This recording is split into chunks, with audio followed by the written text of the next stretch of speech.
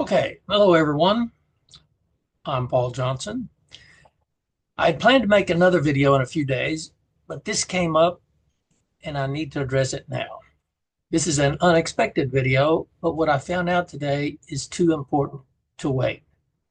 I'm going to show you how a deliberate decision to overcharge beekeepers escalated into a state jail felony, and then the entire Bastrop Central Appraisal District fought to cover it up. The Texas Association of Appraisal Districts stepped in to help cover it up. And now we found out that a high-ranking state senator, Paul Bettencourt, has gotten involved in the cover-up also. I'll be showing you two key documents here: the transcript from a Texas Senate hearing on November the 17th, 2024, and an email from October the 30th, 2024, that completely contradicts what Senator Bettencourt said in that hearing. And let's go through them now.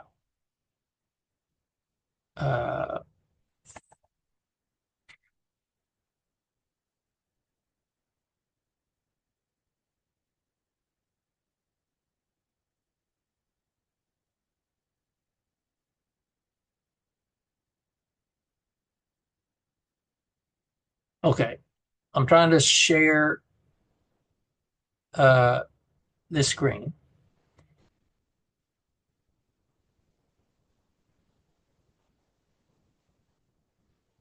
First, let's start with what Senator Bettencourt said in the November 17th hearing.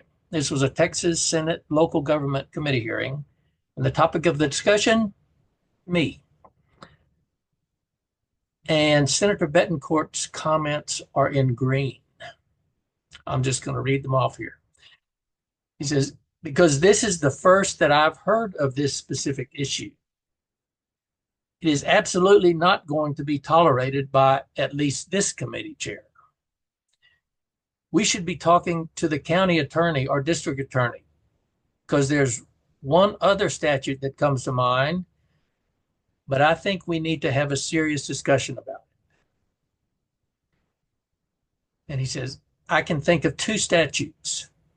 I would hope that the sound of my voice carries to Bastrop County, and whoever this gentleman is had better realize that that's not what the citizens of Bastrop County elected him to do, which is advocate for his own business.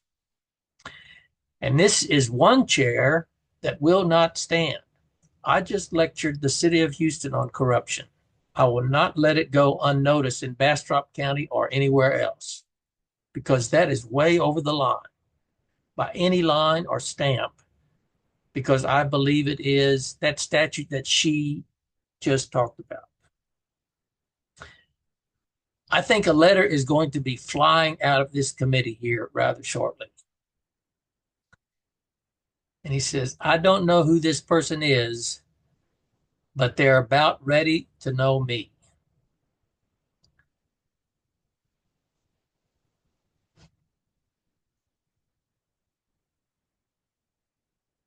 Let's see if I can. Okay.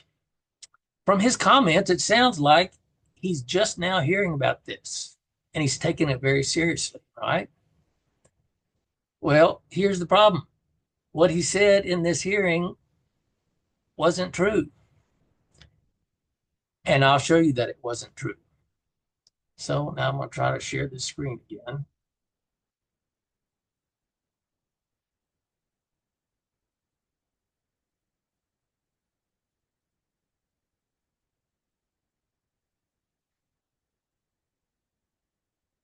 So that Senate hearing happened on November 17th, 2024.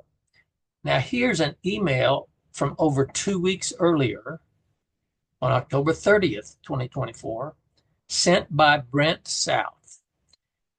Brent South isn't just the chief appraiser in Hunt County.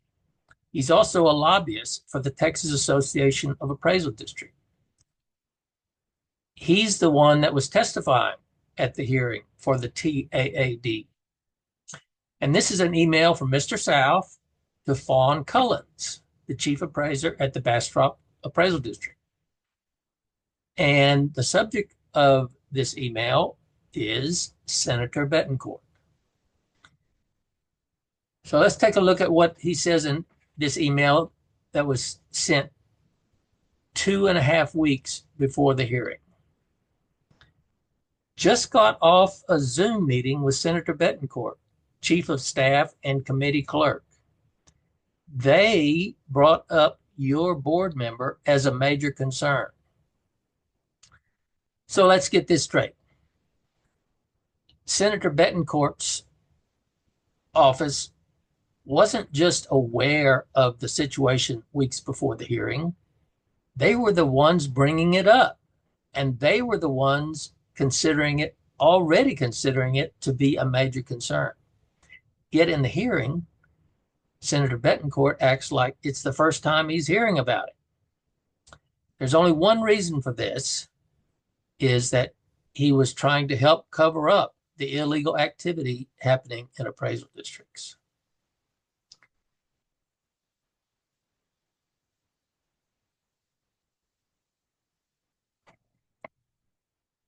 So, although I hadn't talked about this in detail before, let me take a step back and explain exactly what's being covered up here. Because this didn't start with lease rates. It started when Fawn Cullins, the chief appraiser in Bastrop County, created a new land classification for beekeeping, which she had no authority to do in the first place. Why? Simple. Money. By creating a separate classification for beekeeping, she was able to appraise beekeeping land and arbitrarily set its value several 100% higher than it should have been. Since she created that classification, she had to calculate the productivity value for beekeeping.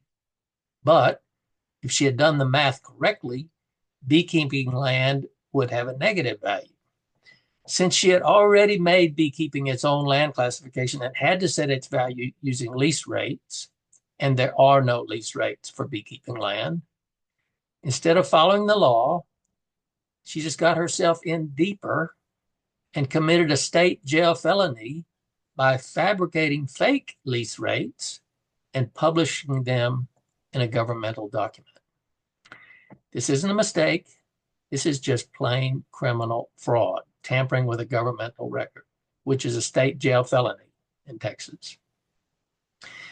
She knew that I'd be trying to inform people about what she did and what the law is. So first, she tried to prevent me from telling anyone what's going on in the appraisal district.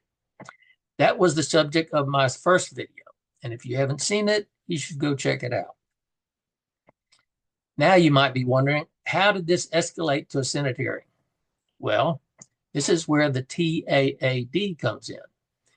Instead of holding Fawn accountable, they stepped in to try to shut me up by getting senators to publicly threaten to have me arrested to try to help Ms. Cullins cover up her crime. They did this by sending their lobbyist, Brent South, to the Senate hearing, where he just lied about what I had been doing. And instead of talking about how Fawn Cullins falsified lease rates and inflated beekeeping land values, he made it about me. That was pretty much the subject of my second video. If you haven't seen that one, you should look it up. This is the third video. And in this video, we found out that a high-ranking state senator is part of the cover-up too. So that brings us back to Senator Bettencourt. Why would a senator lie about when he found out about this? Why would he pretend that this was new information? Well, because if he admitted that his office had been discussing this for weeks, people might ask, why didn't you do something about it? Why are you only talking about it now? Well, the answer is simple. He was never trying to fix the problem. He was trying to help cover up the illegal activity that's happening in appraisal districts. And why would he want to do that? because corrupt appraisal districts keep his own business profitable.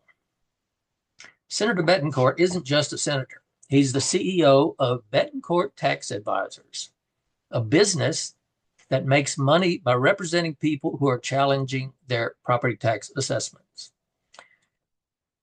If appraisal districts followed the law and assessed properties fairly, his business wouldn't have any customers. But if appraisal districts are overtaxing property owners, more people need to hire his firm to fight their appraisals. So instead of holding appraisal districts accountable, he benefits from their corruption. Now let's think about what Senator Bettencourt said in that hearing. He made a big show about how he was going to take immediate action. But what happened next? Nothing. I didn't find out about what was said at that hearing for more than a month. But no one from his office contacted me. No one from the district attorney's office contacted me. No one from the sheriff's department or Texas Rangers reached out to investigate me, and no one arrested me. So what was the point of all his tough talk? It looks like the entire thing was just a scare tactic, hoping I'd back down and stop pushing for appraisal districts to follow the law so his personal business could continue to thrive. But I didn't back down. So here's my message to Senator Bettencourt. You claimed you're going to take immediate action. You claimed you were hearing about this for the first time, but the evidence says otherwise. You're not working for taxpayers. You're working for your own business. You're protecting appraisal districts that are breaking the law, and you're covering up a state jail felony. But the problem is, you didn't scare me away. And now, more people are starting to see what's really going on.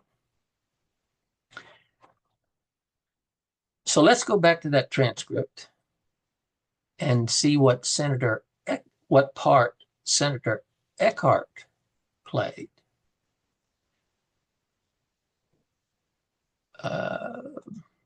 Senator Eckhart's quotes are in pink. I want to hear a little bit more about what's happening in the Bastrop Central Appraisal District with regard to elected members of the Appraisal Review Board. She said Appraisal Review Board. She really meant Board of Directors. So I did check in with my legal counsel to see what the remedies were when an individual refuses to recuse themselves when they have a clear conflict of interest. And she said, there is abuse of official capacity. That's under the penal code. So that would be something to look at. And she said, this kind of self-dealing in government should not be tolerated.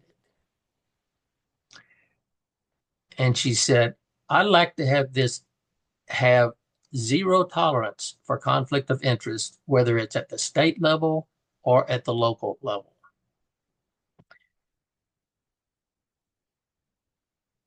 Okay. So you can see that Senator Eckhart was already investigating me before the hearing even started. She later told me that her informant was confidential.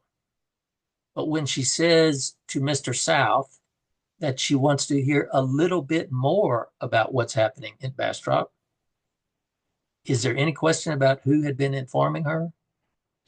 At any rate, whoever her confidential informant was, now it's clear that they had already been feeding her false information before the hearing even happened. And she had already had her legal counsel investigate what criminal charges could be filed against me before even finding out that her confidential informant had been lying to her from the beginning. Now that she knows her informant was lying, what is she going to do? Will she go after her informant for lying to her? Will she apologize for believing and repeating her informant's false information? Will she admit that she made a mistake? What about Senator Bettencourt? Now that we know who the real bad guys are, will Senator Bettencourt go after himself for being an elected official using his elected position to advocate for his personal business? Will he go after Brent South for lying to the committee? Will he go after Brent South for also falsifying B lease rates and publishing them? And what about Fawn Collins? We now know for a fact that she fabricated false lease rates and published them in a governmental document. She tampered with a governmental record, which is a state jail felony. Now that it's clear she is the one who committed the crime, will this Senate chair or this Senate committee actually hold her accountable? Will they be contacting this district attorney about her to get her arrested? They were ready to try to get me arrested with no evidence that I had ever committed any crime. And with Miss Collins, they have irrefutable evidence in black and white in public documents that proves all the elements of her crime. So what does me pointing all this out really expose? It exposes that none of these people were actually concerned about corruption. They were only concerned about covering up appraisal district crimes by making false allegations against the one person that is trying to expose the illegal actions of appraisal districts. They probably won't care about self-dealing all of a sudden when it is Senator Bettencourt that's the one using his elected position to advocate for his own personal business. They probably won't care about falsifying governmental records when it's the appraisal districts that are doing it. They only cared about making sure no one exposed the truth. So now that we know who the real bad guys are, where's the accountability? What will these big talking senators do? Will Senator Bettencourt investigate himself for using his elected position to advocate for his own business? Will Senator Bettencourt or Senator Eckhart go after Brent South for lying to the committee? Will anyone go after Brent South for also falsifying B-lease rates and publishing them? Will anyone hold Fawn Collins accountable for fabricating lease rates and publishing them in a governmental document? Will Senator Eckhart admit her confidential informant lied to her? She said her informant was confidential. That means she trusted someone who we now know was lying. Will she apologize for trying to have me criminally charged based on false information? Will she go after her informant for misleading? Or are they all just going to pretend this never happened and hope no one asks too many questions? If these senators were serious about stopping corruption, they would act now against Senator Bettencourt, against Brent South, and against Fawn Collins. If they don't act, it just proves they never actually cared about the law. They just wanted me to shut up and to make sure no one ever found out what's really happening at appraisal districts. I'm trying to expose a corrupt political machine that is desperately trying to prevent their corruption to ever come to light. When you consider that the TAAD and 2 state senators got involved in the cover-up, it's no accident that all these organizations work together to try to cover up corruption. They were targeting me. They weren't targeting me because I had done anything wrong. They were targeting me because I was exposing something they wanted desperately for the public to never find out about. Now that the truth is out, will any of them actually do anything about it? If they don't, that tells the public everything they need to know. Will they be successful in preventing the public from discovering their criminal activity, or will there be justice? Okay, I can only post the announcement and links to these videos on my own pages. You can help get the word out by reposting these announcements and sharing the videos. Don't be afraid to post them outside Bastrop County because almost all the appraisal districts in the state have similar things going on. Just because I'm talking about wrongdoing in Bastrop County doesn't mean it's not happening in the rest of the state. You can see that there is a widespread political machine that is supporting the illegal activity in appraisal districts.